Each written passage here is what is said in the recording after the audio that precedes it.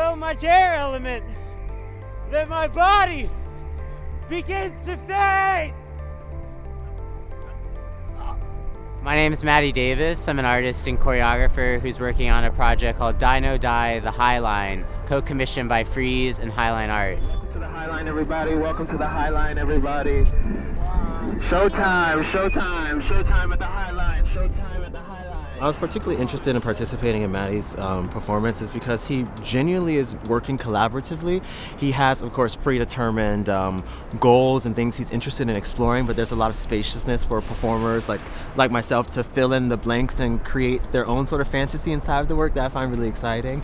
I know a lot of artists talk about like working sight specifically and being inspired by sight, but Matty takes that to a whole nother level in regards of doing deep anthropological, site-specific inquiry.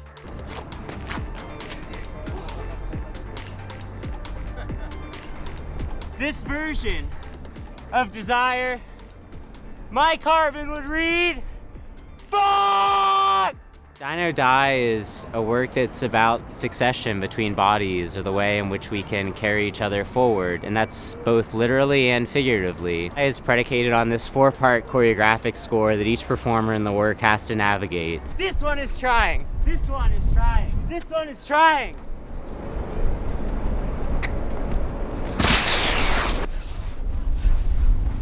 There are very specific actions that each performer must find their way through. In the same way that we're all born into this world. We just get born. We have to do it. We learn to walk or crawl, etc. So there's these certain actions that people just have to confront and find their way through. But then there are these other parts, such as what I refer to as the gem in the performance, which is the second part of the choreographic score, that are really predicated on the particularity and total freedom of the performer. This particular part of the score is very much based on a particular person's interests, desires, needs, dreams. And then there's the third part, which I refer to as Send the Heart Deeper, and it's really predicated on this particular score that is designed to send the performer into a heightened cardiovascular state. Within that state, they're also challenged to be radically present to the people and the space around them. I mean, the work culminates in this fourth part of the score that we refer to as oppositional states, in which that body that is literally at a heightened cardiovascular physiological state comes in contact with the next performer, who is tasked with carrying the work farther along the high line. Exploring more variation, the rhythm of the energy. Yeah. Those big and relatively high energy pacings then get mixed in with almost flowing back into the pedestrian collective. Yeah. Do you want to play with the location of the box at all? I'm gonna play just more this way in general.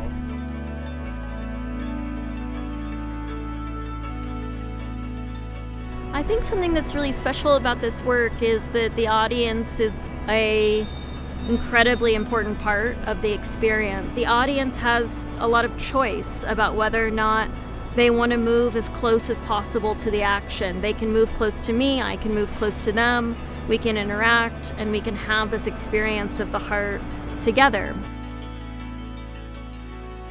One of the challenges in the work, in which I talk about all the time, is that it's presence over effort.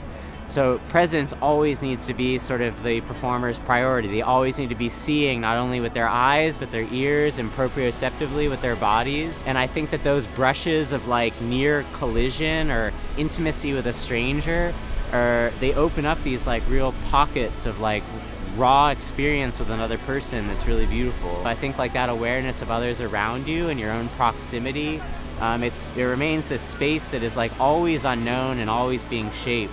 I think that's just a really unique aspect of the work.